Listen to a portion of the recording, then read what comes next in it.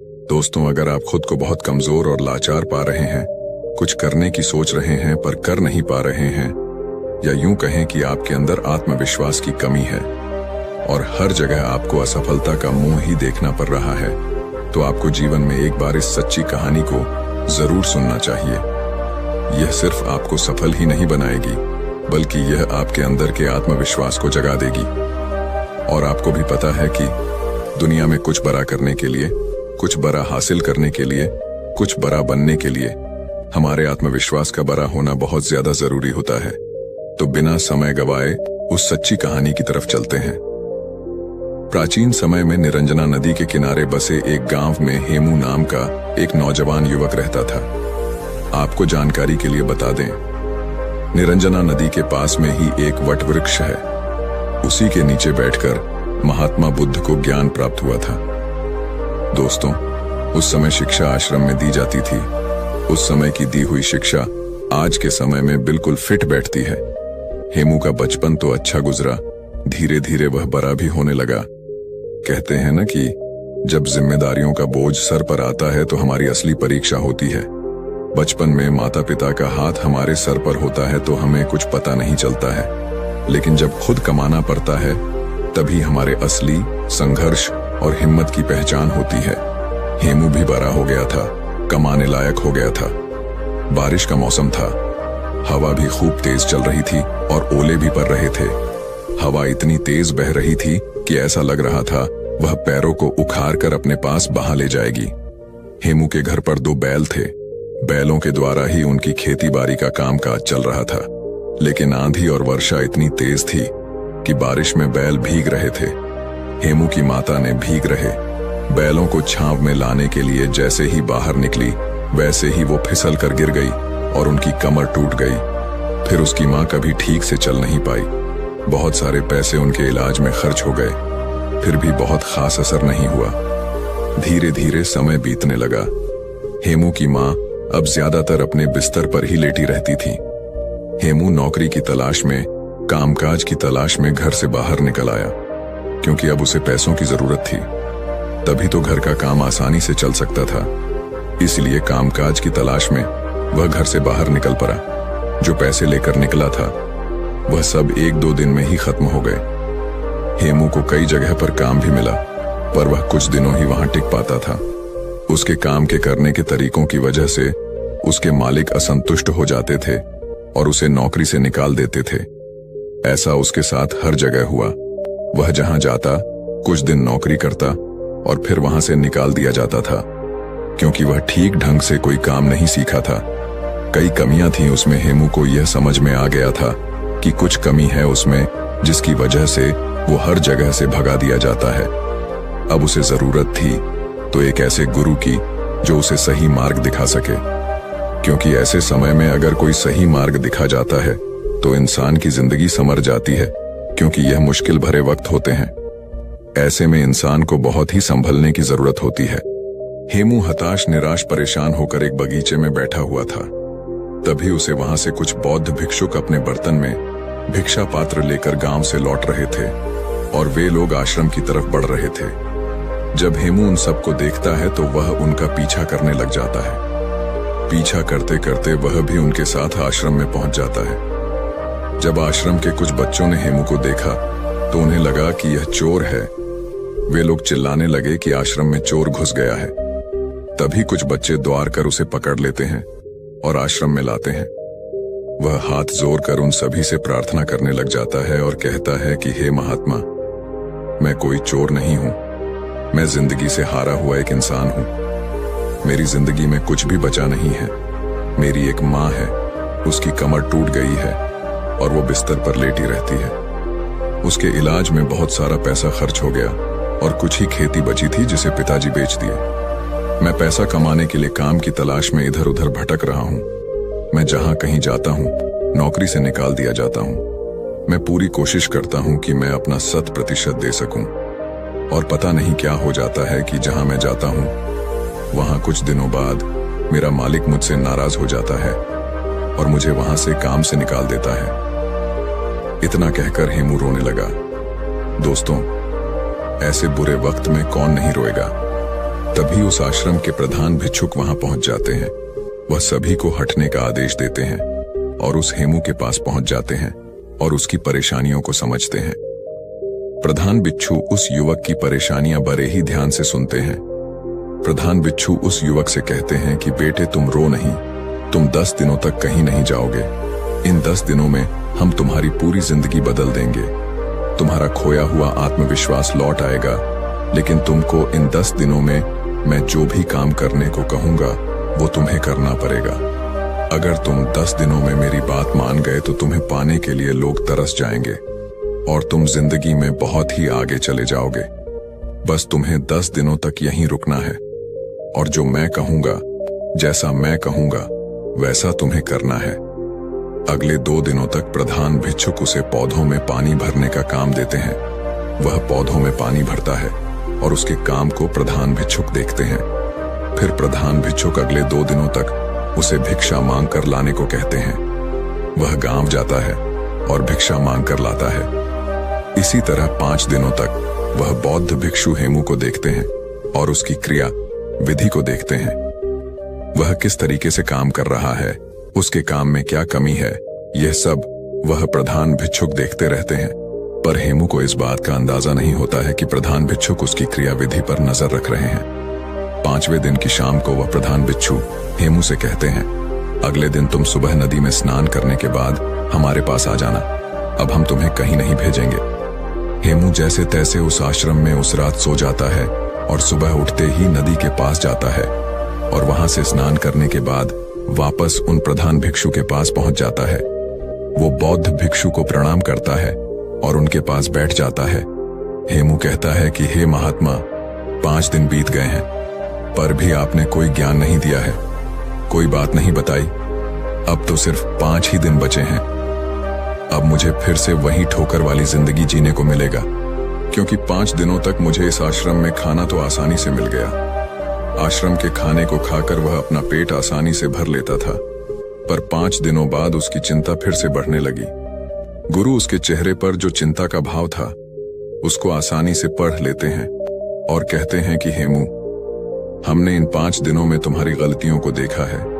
क्यों लोग तुम्हें भगा दे रहे हैं, क्यों कोई तुम्हें नौकरी पर नहीं रख रहा है और तुम क्यों हर जगह असफल होते जा रहे हो, यह सब मुझे अब पता चल गया है। अब मैं तुम्हें 7 ऐसे तरीके बता रहा हूं जो तुम्हारी कमियों को दूर करने के साथ साथ तुम्हारे अंदर के आत्मविश्वास को बढ़ा देगा। वो बौद्ध भिक्षुक हेमू से कहते हैं कि तुम्हारे अंदर आत्मविश्वास को बढ़ाने वाला पहला तरीका है, पहले छोटे छोटे कामों को करो और सबसे पहले उन्हीं छोटे छोटे कामों को करने का लक्ष्य बनाओ। अगर तुम पहले छोटे छोटे काम को करोगे तो तुम्हें छोटे कामों को करने का अनुभव प्राप्त हो जाएगा और तुम्हारा आत्मबल भी धीरे धीरे बढ़ने लगेगा, क्योंकि तुम छोटे छोटे कामों को करना सीख लिए हो और उन कामों से तुम्हें जो सीख मिली है वो तुम्हें जिंदगी में बहुत आगे ले जाएगी। अगर तुम्हें बड़ा काम करना है तो पहले छोटे छोटे कामों को करना सीखो, या ये भी कह सकते हैं कि बड़ा लक्ष्य हासिल करने के लिए हमें छोटी छोटी चीजों पर ध्यान देना बहुत ज्यादा जरूरी होता है। अगर तुम शुरू में ही बड़े काम करने लगोगे तो तुम्हारे पास कोई अनुभव नहीं रहेगा, और जब तुम्हारे पास कोई अनुभव नहीं रहेगा तो तुम उस काम को बहुत ही अच्छे तरीके से नहीं कर पाओगे और तुम्हें उस कार्य में सफलता जरूर मिलेगी। यही वजह रही कि तुम जहां भी जा रहे थे तुम बड़े काम की तलाश कर रहे थे, जबकि तुम्हें छोटे काम करने आता नहीं है, और जब तुम्हें छोटे काम करना नहीं आता तो तुम बड़े कामों को कैसे कर पाओगे। यही वजह रही कि लोग तुम्हें अपने घर से निकाल देते थे, लोग तुम्हें काम से निकाल देते थे। इसलिए जिंदगी में जब तुम हर छोटे छोटे कामों पर ध्यान दोगे, हर छोटी छोटी बातों पर ध्यान दोगे, अपनी छोटी छोटी गलतियों को पहचान लोगे, तो तुम्हारे अंदर का आत्मविश्वास बढ़ने लगेगा और फिर जाकर तभी तुम अपने लक्ष्य को पूरा कर पाओगे। जब तुम्हें छोटे कामों को करने का अनुभव प्राप्त हो जाएगा तो तुम्हारे अंदर का आत्मविश्वास धीरे धीरे जागने लगेगा और वो आत्मविश्वास इतना बढ़ जाएगा कि तुम बड़े काम को बड़ी ही आसानी से कर लोगे। आत्मविश्वास बढ़ाने वाले तरीकों के बारे में बात करते हुए महात्मा दूसरा तरीका बताते हुए कहते हैं, अभ्यास करने की आदत डालो। जब तुम कोई काम करना चाह रहे हो, चाहे वह कोई भी काम हो, तो पहले उसके बारे में अच्छी जानकारी लो, और जब तुम्हें उस काम के बारे में पर्याप्त जानकारी मिल जाए तो तुम उस काम को करना शुरू करो। बिना जानकारी लिए अगर तुम उस काम को करोगे तो तुम्हारा समय भी नष्ट होगा और तुम उस कार्य को पूरा भी नहीं कर पाओगे। इसलिए जब तुम कोई काम करने जा रहे हो तो पहले उसके बारे में जानकारी लो। जब तुम्हें उसके बारे में जानकारी मिल जाए तब तुम उस काम को करना शुरू करो। 1 दिन करोगे, 2 दिन करोगे तो तुमसे वह काम उतना अच्छा नहीं होगा, लेकिन अगर दिन प्रतिदिन तुम उसका अभ्यास करते हो तो एक दिन तुम उस काम को बहुत ही अच्छे तरीके से कर पाओगे और अच्छे तरीके से सीख भी लोगे। इसीलिए जीवन में आत्मविश्वास बढ़ाने के लिए अभ्यास करना बहुत ज्यादा जरूरी होता है। मान लो कि तुम्हें तलवारबाजी सीखना है तो पहले तुम तलवारबाजी के बारे में अच्छी जानकारी लो, और जब तुम्हें तलवारबाजी और तलवार के बारे में अच्छी जानकारी मिल जाएगी तो फिर तुम उसके बाद अभ्यास करो, और जब तुम उस पर खूब अभ्यास करोगे तो तुम उस काम में निपुण हो जाओगे और फिर तुम्हारे अंदर का आत्मविश्वास धीरे धीरे बढ़ने लगेगा। वह तुम्हें बताने लगेगा कि तुम यह काम कर सकते हो। इसीलिए अगर अपने जीवन में आत्मविश्वास को बढ़ाना है, सफलता पानी है, तो अभ्यास करना बहुत ज्यादा जरूरी होता है। तुम जितना ज्यादा अभ्यास करोगे तुम उतनी ही गलतियां कम करोगे। जो इंसान जितना कम अभ्यास करता है उससे गलतियां उतनी ही ज्यादा होती हैं। अभ्यास ही तुम्हारी कमजोरी को दूर करता है। एक अच्छा सेनापति अपनी युद्ध कला पर बहुत ही अभ्यास करता है, तब जाकर वह एक अच्छा सेनापति बन पाता है। एक अच्छा योद्धा तभी जाकर वह कहलाता है। फिर आगे प्रधान आत्मविश्वास बढ़ाने वाली तीसरा तरीका बताते हुए कहते हैं, खुद को जानने का प्रयास करो। खुद की कमजोरी और ताकत के बारे में तुम जानने का प्रयास करो। अगर तुम्हें अपनी कमजोरी के बारे में पता है तो निश्चय ही तुम जो भी काम कर रहे हो उस काम को बहुत ही अच्छे तरीके से कर सकते हो, और अगर तुम्हें अपनी मजबूती भी पता है तो भी तुम बहुत ही अच्छा कर सकते हो। मान लो तुम्हें राजा के सेनापति में भर्ती होना है। तुमने जो युद्ध कला सीखी है उस पर अभ्यास ही नहीं किया है।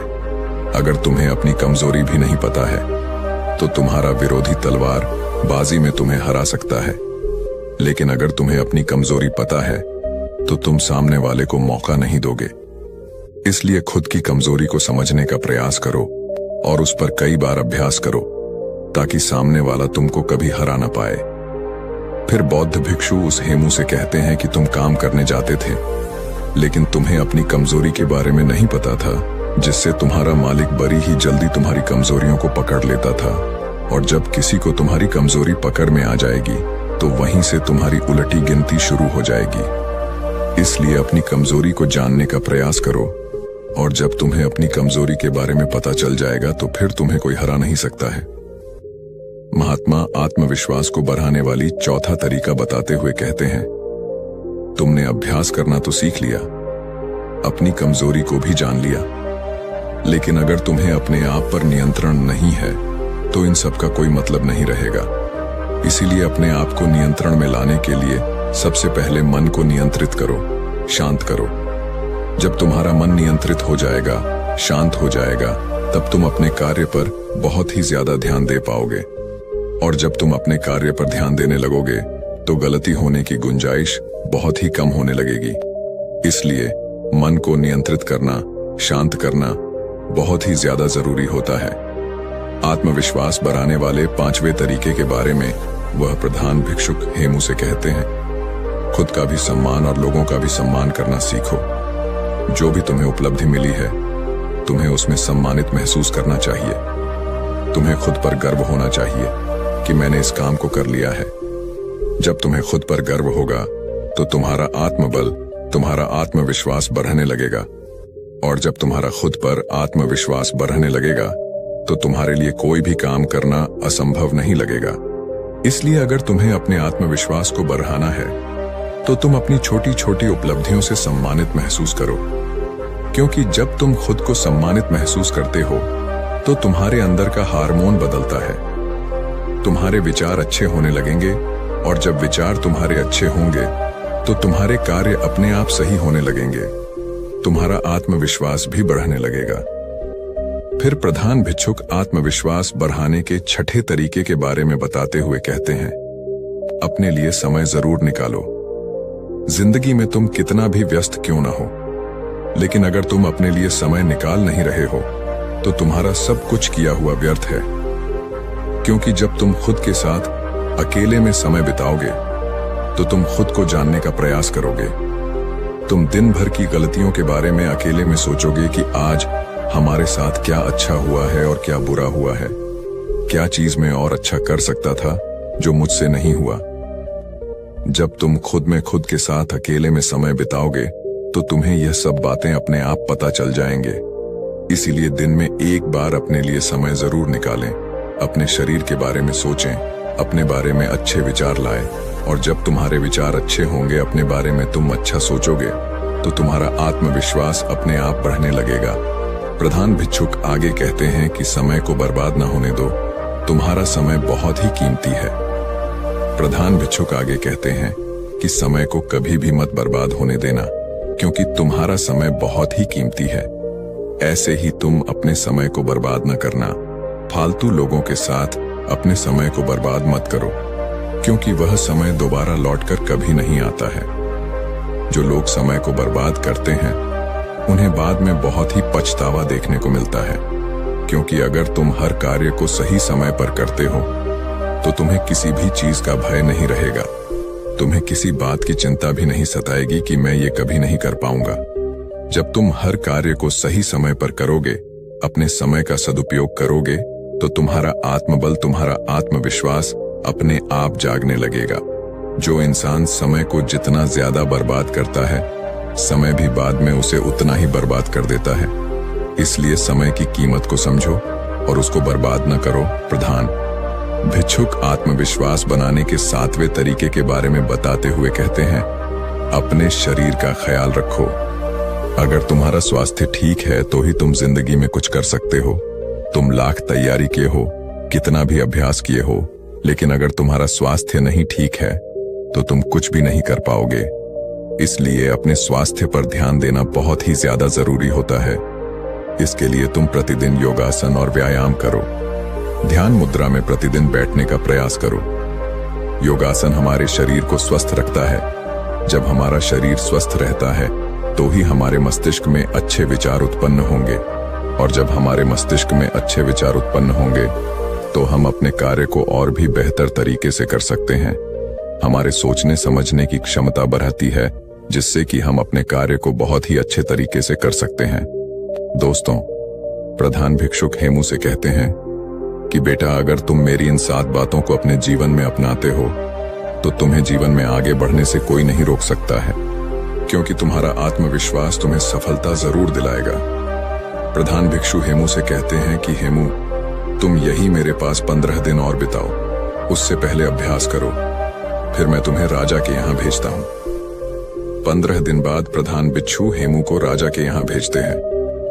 राजा हेमू की कार्यशैली को देखकर बहुत ही प्रभावित होता है और वह उसे अपनी सेना नायक के रूप में सम्मिलित कर लेता है, जिससे उसका जीवन बहुत ही अच्छे तरीके से बीतने लग जाता है। तो मुझे उम्मीद है अगर आप सब भी इन 7 तरीकों को अपने जीवन में अपनाते हैं तो आप भी अपने आत्मविश्वास को बढ़ा सकते हैं, और जब आपका आत्मविश्वास बढ़ जाएगा तो आप अपने जीवन में कुछ भी पा सकते हैं।